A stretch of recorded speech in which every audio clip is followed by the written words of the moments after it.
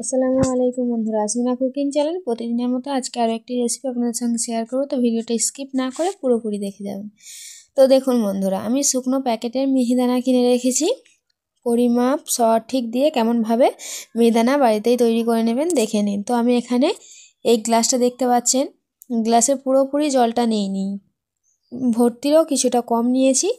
100 গ্রামের মতো জল নিয়েছি আর 100 গ্রাম চিনি, তাতে দালচিনি, এলাচ আর দুটো তেজপাতা দিয়ে ভালো করে ফুটিয়ে একটা শিরা তৈরি করে নেব। এবং আমি অল্প একটু ফুড কালার মিশিয়ে নেব মিহিদানার কালার আনার জন্য। দেখতেই পাচ্ছেন একদম অল্প কালার, আপনারা চাইলে অন্য কালারটাও নিতে পারেন। আমি এখানে লাল কালার নিয়েছি, আপনারা চাইলে অরেঞ্জ নিতে পারেন।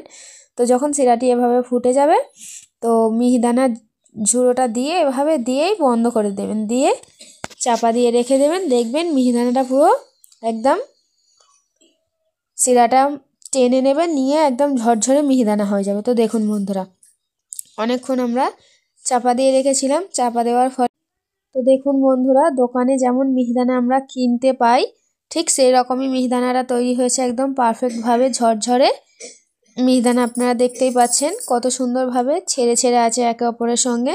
তো বাড়িতে সহজে উপকরণ এই মিহিদানার প্যাকেট কিনে আপনারা তৈরি করে নিতে পারবেন, খুবই সহজ, একদম সহজ, শুধু মাপটা সঠিকভাবে নিলেই হবে। তো বন্ধুরা, যদি ভিডিওটি আমার ভালো লেগে থাকে লাইক, কমেন্ট, শেয়ার এবং অবশ্যই করে সাবস্ক্রাইব করে আমার চ্যানেলটির পাশে থাকবেন।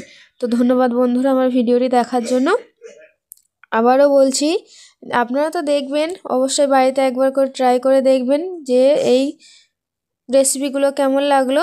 তো ধন্যবাদ বন্ধুরা।